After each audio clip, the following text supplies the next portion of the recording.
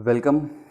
तो ये 10th class के फिज़िक्स का पहला चैप्टर है और फिज़िक्स सबसे इंटरेस्टिंग सब्जेक्ट है आपके जितने भी सब्जेक्ट अवेलेबल है अभी 10th क्लास में उसमें, क्योंकि आपके सारी क्यूरियोसिटी का आंसर है। ठीक है, आप आसपास जो भी देखते हो और जो आपके अंदर क्वेश्चंस रहता है वो सारा लगभग इस चैप्टर में, मतलब इस पूरे सब्जेक्ट में फिज़िक्स में आज ना कल आंसर उसका मिल जाएगा। जैसे यदि मैं आपसे आपको कभी ऐसा हुआ होगा कि जैसे बिजली जाती है, लाइट कटती है, कुछ दिखना बंद हो जाता है, कुछ भी दिखता नहीं है। ठीक है, तो ऐसा क्यों होता है? लाइट कटते ही कुछ दिखा नहीं। दूसरा, यदि आप आंख बंद करो फिर भी नहीं दिखेगा, ऐसा क्यों हुआ?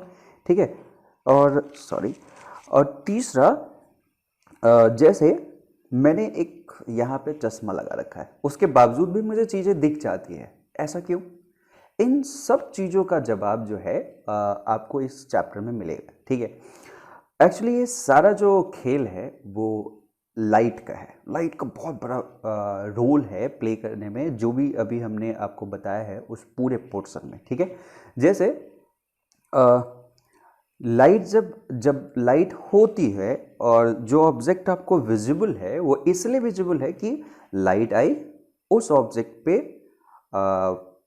स्ट्राइक करी और वहाँ से रिफ्लेक्ट होने के बाद में हमारे आई ने उसे रिसीव किया। ठीक है, इस वजह से आप उसको क्या कर सकते हो, क्या कर पाते हो, देख पाते हो। अच्छा, दूसरा क्वेश्चन, जब आपने आंख बंद कर दिया क्या, तो क्यों नहीं दिखा चीज़ें? आंख बंद करने के बाद जो चीज़ें नहीं दिख रही उसका कारण क्या है? आप जो ऑब्जेक्ट से रिफ्लेक्टेड लाइट है उसे आप आई में एंटर करने नहीं दे रहे हो। ठीक है, आई में एंटर नहीं करेगा तो दिखेगा नहीं, आपको परसेप्शन नहीं बनेगा कि अच्छा इमेज क्या आया है, कैसे आया है।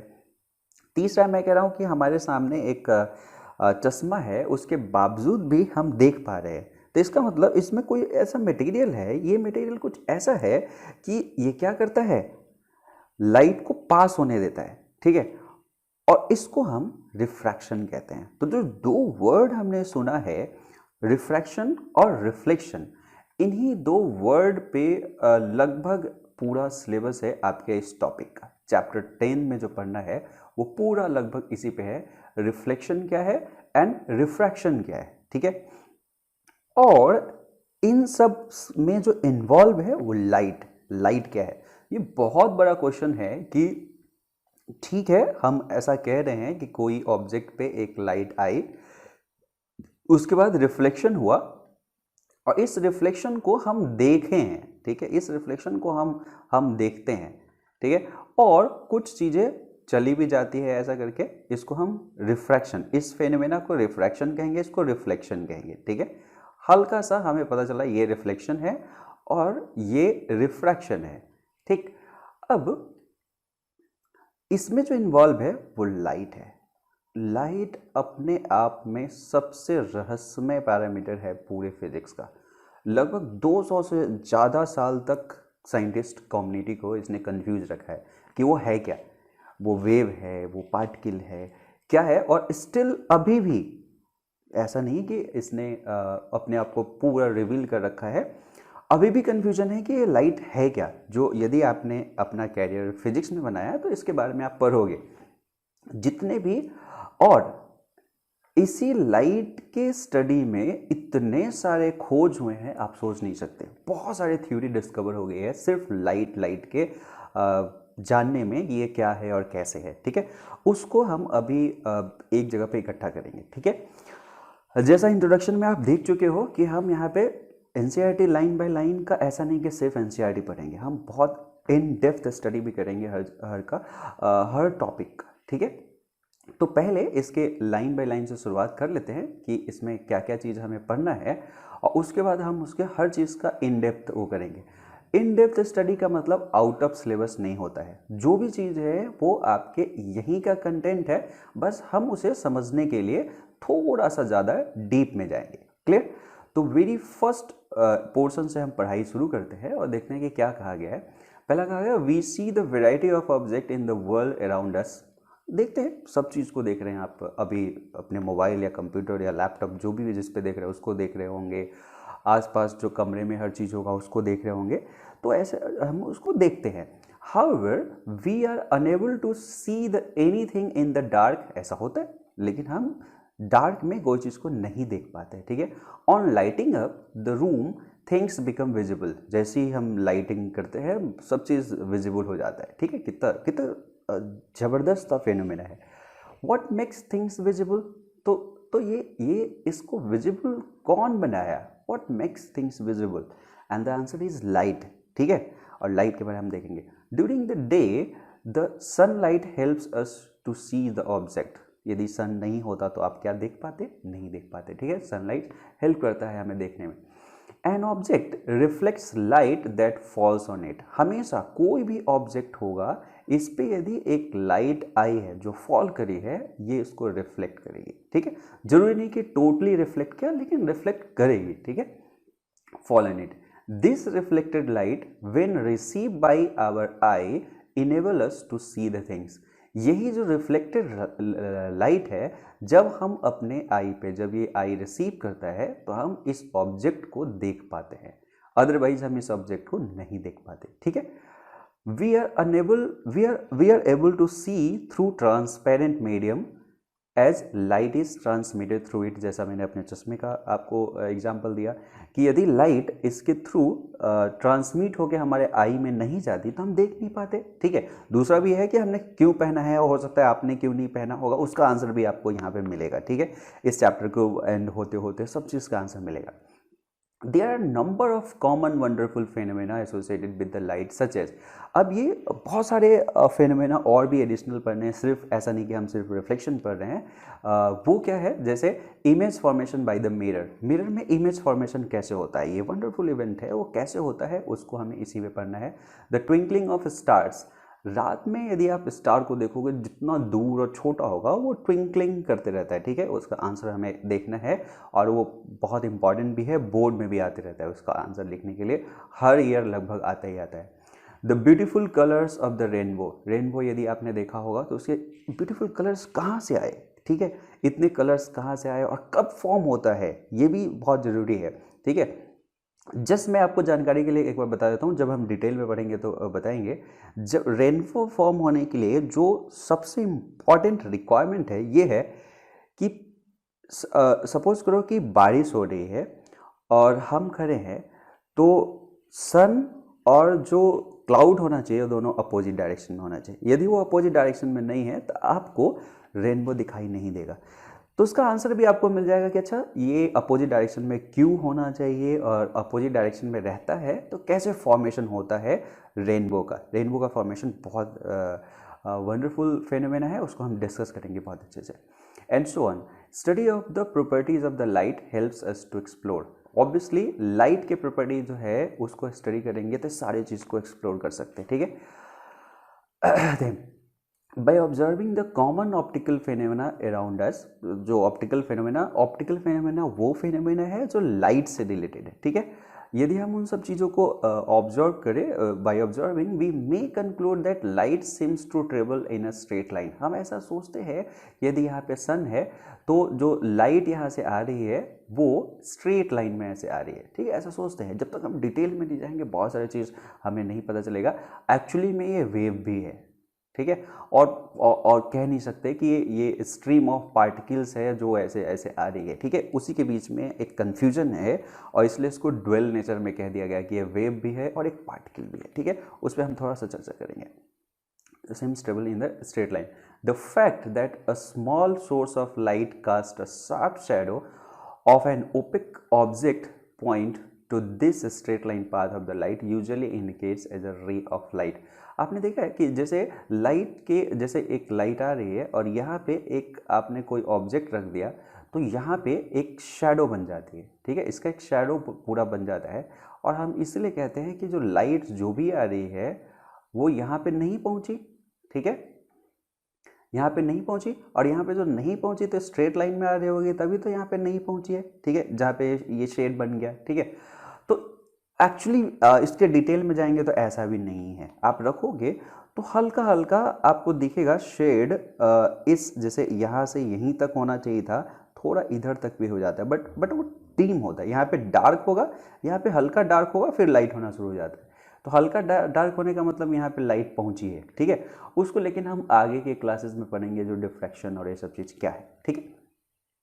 तो हम इन सब चीज़ों से कह सकते हैं कि स्ट्रेट लाइन में लाइट आती है, जो हमारा कॉमन एक्सपीरियंस है, ठीक। अब जरा इस बॉक्स में क्या लिखा है हम इसे भी पढ़ लेते हैं, क्योंकि इसमें कुछ इंपॉर्टेंट पार्ट बड़ा है जिसके रिलेटेड क्वेश्चंस नहीं आएंगे, लेकिन उसको समझना बहुत जरूरी होता है। इन्होंने कहा if an opaque object on the path of light becomes very small, यदि ओपेक ऑब्जेक्ट बहुत स्मॉल हो जाए, ठीक है। ओपेक ऑब्जेक्ट वो है जो लाइट को अपने थ्रू पास करने नहीं देता, जैसे टेबल है, ठीक है, ये पेन है, इसके थ्रू यदि लाइट जाएगी तो पास नहीं कर पाएगी, ठीक है। Of light become very small, light has a tendency to bend around it and not walk in a straight line. यदि कुछ ओपेक ऑब्जेक्ट का साइज बहुत छोटा है तो लाइट जो है वो जरूरी नहीं कि इससे पास नहीं कर जाए, इससे बेंड भी कर जाती है, ठीक है। लाइट यहाँ से बेंड भी कर जाती है ऐसे करके। तो यही कहा गया कि light has tendency to bend around it and not walk in a straight line, an effect known as the diffraction of the light. ये हायर क्लास में आपको पढ़ना है और 12 में पढ़ना है, ठीक है। लेकिन हर चीज़ को थोड़ा सा उसका फाउंडेशन यहाँ पे होना चाहिए। पूरे 10th का सिलेबस ही 12 का फाउंडेशन है, ठीक है। जो चीज़ आप यहाँ पढ़ोगे वहाँ पे अच्छे से बड़े उसमें पढ़ोगे, और जो खासकर इंजीनियरिंग और मेडिकल और इवन कोई दूसरा कैरियर भी यदि आप सोच रहे हो आगे में, आपको फिजिक्स सबसे ज़्यादा हेल्प करेगा। ये एक आपको टूल प्रोवाइड करेगा पूरे जीने का, ठीक है। हर जगह पे अप्लाई होगा आपके, चाहे वो क्रिएटिव फील्ड हो, चाहे आपका लाइफ हो, चाहे आपके पास इंटेंस स्टडी हो, रिसर्च हो, इनोवेशन हो, हर चीज़ में फिजिक्स बहुत हेल्प करता है, ठीक है। तो डिफ्रैक्शन हम आगे के उसमें देखेंगे। Then the straight line treatment of the optics using ray fails, वहाँ पे स्ट्रेट लाइन जो है वो फेल हो जाता है, ठीक है। और जब तक वेव नेचर आप नहीं सोचोगे तब तक उसको एक्सप्लेन नहीं कर सकते। To explain the phenomena such as diffraction, light is thought of as wave, उसको एज अ वेव सोच लिया गया। वेव में ऐसा हो सकता है कि वो छोटे से पोर्शन को पार कर जाए। The details of which you will study in the higher classes, higher classes में हम इसको पढ़ेंगे। पूरा वेव ऑप्टिक्स एक चैप्टर है। Again at the beginning of 20th century it became known that the wave theory of light often become inadequate for treatment of the interaction of light with matter, ठीक है। Wave को ऐसा माना जाता था कि मैटर के साथ इंट्रैक्शन वो इनएडिक्वेट है। And light often behaves somewhat like a stream of particles, जैसा न्यूटन ने बोला था कि स्ट्रीम ऑफ पार्टिकल की तरह लाइट बिहेव करता है, ऐसा माना जाता था, ठीक है। This confusion about the true nature of light continue for some year till a modern quantum theory of light emerges in which light is neither a wave nor a particle। तो light को अभी जो हम मानते हैं ना wave मानते हैं ना पार्टिकल मानते हैं, उसे ड्वेल नेचर कहते हैं। देखो लाइट मैंने बताया था कि सबसे ज़्यादा रहस्यमय है और स्टिल है, अभी भी उस पर खूब सारा स्टडी चल रहा है। The new theory reconciles the particle property of the light with the wave nature. लेकिन वेव नेचर से बहुत सारे चीज़ डिस्कस किया जा चुका है, लेकिन फिर भी अभी आप फोटो इलेक्ट्रिक इफेक्ट देखोगे कि वो नहीं है जैसे, ठीक है। In this chapter, we shall study the phenomena of reflection and refraction of light using the straight line propagation of light। हम सिर्फ straight line propagation को ही, जो हमारा एक्सपीरियंस है उसी के अनुसार से इसको हम पढ़ेंगे। वेव नेचर हम हायर क्लास में पढ़ेंगे, ठीक है। This basic concept will help us in the study of some of the optical phenomena in the nature. कुछ ऑप्टिकल फेनोमेना जो नेचर में होगा उसमें हेल्प करेगा ये सब topic. We shall try to understand in this chapter the reflection of light by a spherical mirror and refraction of light and their application in real life situation. जैसे telescope वगैरह में हम इसको कैसे यूज करेंगे, इवन अब जो इसमें कौन सा लेंस लगा है और किसको कौन सा लेंस लगाना चाहिए, ये सारे चीज़ को हम यहाँ पे पढ़ेंगे, ठीक है। तो ये तो था इंट्रोडक्शन। थोड़ा सा हम इसमें डीपली चीज़ों को पढ़ लेते हैं ताकि हमें आगे कहीं पे भी कोई दिक्कत ना हो, ठीक है। छोटे छोटे पॉइंट्स को रिफ्रैक्शन में जाने से पहले हम चीज़ों को पढ़ेंगे। तो जो एनसीईआरटी में पढ़ा है उसको भी मैं कंक्लूड कर देता हूँ कि एनसीईआरटी में जो हमने पढ़ा है वो कौन कौन सा पॉइंट था और हमें यहाँ पे और कौन कौन से पॉइंट्स एडिशनल पढ़ने चाहिए ताकि हमें इस पूरे फिजिक्स पे होल्ड बने, ना कि सिर्फ ये सिलेबस पे फिजिक्स पे होल्ड बने। इसलिए डीप डाइव करके हमारा एक सेक्शन है जिस 10th में, जिसमें आप हर चीज़ को थोड़ा डीपली पढ़ोगे। ठीक है, आपने एनसीईआरटी में जो सबसे पहला पार्ट पढ़ा था कि जो we are unable to see anything in the dark और on lighting up the room things become visible. इसका कारण क्या है? लाइट है। An object reflects the light that falls on it. जो कोई भी ऑब्जेक्ट है उस पर यदि लाइट पड़ती है तो क्या होता है? वो रिफ्लेक्ट करती है लाइट को। ठीक है, व्हेन रिसीव बाय आवर आई, जब हम आई यहाँ पे इसको रिसीव करता है, enable us to see the things, हम चीज़ों को देख पाते हैं। Common wonderful phenomena associated with the light such as image formation by the mirror, twinkling of stars, beautiful colors of rainbow, bending of light by a medium। जैसे किसी medium में जाने के बाद आपने देखा होगा ग्लास में पानी भरा हो और यदि यहाँ पे कॉइन रख दीजिएगा तो आपको थोड़ा सा ऊपर दिखेगा, या जब भी आप नहाने जाते हैं देखिएगा बकेट का डेप्थ पानी भरने से पहले, और जब आप पानी भर लो उसके बाद उसके डेप्थ को देखिएगा ऊपर उठ जाएगा। ऐसा क्यों है? ऐसा क्यों है? या जब आप ग्लास में स्ट्रॉ रखते हो तो यहाँ से टिल्ट दिखेगा आपको, ऐसा क्यों दिखता है? ये सारे चीज़ जो फिनोमेना है, ये सब चीज़ के बारे में हम पढ़ेंगे इस पूरे पोर्शन में। ठीक है, अब थोड़ा सा देखते हैं कि जो हम छोटे छोटे पोर्शन जो लाइट और ये सारे चीज़ जो पढ़े थे उसको थोड़ा डिफाइन कर लेते हैं। लाइट, कोई पूछता है कि व्हाट इज़ लाइट, तो light is the form of electromagnetic energy that causes the sensation of vision. ठीक है, एक इलेक्ट्रोमैग्नेटिक एनर्जी है, इलेक्ट्रोमैग्नेटिक वेव है, सिर्फ वेव नहीं कह सकते क्योंकि पार्टिकल भी है, अभी अभी देखा था कि डुअल नेचर में है। ठीक है, तो एक इलेक्ट्रोमैग्नेटिक एनर्जी है जो विजन का सेंसेशन क्या करता है? प्रोड्यूस करता है। ठीक है, कोई पूछता है ऑप्टिक्स क्या होगा? ऑप्टिक्स जो पूरा डोमेन है फिजिक्स का, ये क्या है? वो ब्रांच है जिसमें हम डील करते हैं लाइट के बारे में। It is the branch of physics which deals with the study of light. It is mainly divided into 3 parts. ये 3 पार्ट्स में डिवाइड किया जा चुका है। ठीक है, थोड़ा इसलिए डेप्थ हम चीज़ों को पढ़ रहे हैं, कोई भी आउट ऑफ सिलेबस नहीं है, सिर्फ हम उसको डेप्थ में जान रहे ताकि हमारा मतलब कि इस टॉपिक पे पूरा होल्ड रहे, कोई कुछ कहीं से भी पूछे हम उसका जवाब दे सके। ज्योमेट्रिकल, ऑप्टिकल और रे ऑप्शन नहीं, ऑप्टिक्स। ठीक है, रे ऑप्टिक्स। तो ज्योमेट्रिकल ऑप्टिक्स या रे ऑप्टिक्स हम नाम दे सकते हैं पहला। It deals with the reflection and refraction. इसमें रिफ्लेक्शन और रिफ्रैक्शन ही पढ़ते हैं। उसके बाद वेव और फिजिकल ऑप्टिक्स को हम पढ़ेंगे। ठीक है, it is concern with the nature of light and deals with the interference, diffraction and polarization. और संयोग से आपको ये सब सारी चीज़ें नहीं पढ़ना है। ठीक है, इंटरफेरेंस और डिफ्रैक्शन और पोलराइजेशन, इसलिए वेव नेचर पे हम ज़्यादा उसमें नहीं जाएंगे। लेकिन एक क्वांटम ऑप्टिक्स भी है। It deals with the interaction of light with the atomic entities of the matter such as photo electric effect, atomic excitation. इन सब चीज़ों में लाइट का इंट्रैक्शन कैसा होगा वो भी पढ़ेंगे। ठीक, तो ये केमिस्ट्री में कहीं ना कहीं आपको पढ़ना पड़ेगा, थोड़ा बहुत, या 11th में जाते ही पढ़ना पड़ेगा। तो इसलिए हल्का हल्का वो सारे चीज़ का जो बेस है हम यहीं पे बना लेंगे। ठीक, चलिए अब नेक्स्ट में इसमें ये है कि नेचर ऑफ लाइट क्या है। जैसा कन्फ्यूजन और उससे रिलेटेड हम चीज़ें कुछ पढ़ रहे थे, उसको भी देख लेते हैं। जैसे नेचर ऑफ लाइट में theories about the nature of light क्या रहा है और क्या क्या है उसको देखेंगे। जैसे particle nature of light Newton's ने दिया था, कार्पस्कुलर थ्योरी ऐसे कहा जाता है उसमें। According to Newton light travels in space with a great speed as stream of very small particles called corpuscles. ऐसा कहा गया है कि लाइट जो है वो छोटे छोटे पार्टिकल से बने हुए हैं और stream of particle very fast, इस जो स्पीड इसकी है बहुत ज़्यादा है, ऐसे चलती है। ऐसा न्यूटन्स का इमेजिनेशन था, थियोरेटिकली एजम्पशंस था ऐसा, पर अभी इसे अडॉप्ट नहीं किया जाता। लेकिन हाँ, उन्होंने जितने भी कॉमन फेनोमेना है जैसे जो रिफ्लेक्शन रिफ्रैक्शन उसको डील करता है, उसको एक्सप्लेन कर पाता है कि यदि हम इसको पार्टिकल माने और उसका स्पीड माने तो। ठीक है, this theory was failed to explain interference of light and diffraction of the light. Interference और डिफ्रैक्शन को लेकिन ये फेल करता है, वो उसको नहीं बता पाता। लेकिन अभी आपको ये पता नहीं चल रहा होगा कि एक्चुअली में इंटरफेरेंस क्या है और डिफ्रैक्शन क्या है। डिफ्रैक्शन के बारे में थोड़ा सा आप देख चुके हो कि जब बहुत स्मॉल पार्टिकल ओपेक ऑब्जेक्ट से जब लाइट इंटरेक्ट करती है तो वो ऐसा नहीं कि रुक गई, उसने अपने पाथ को डाइवर्ट कर दिया था।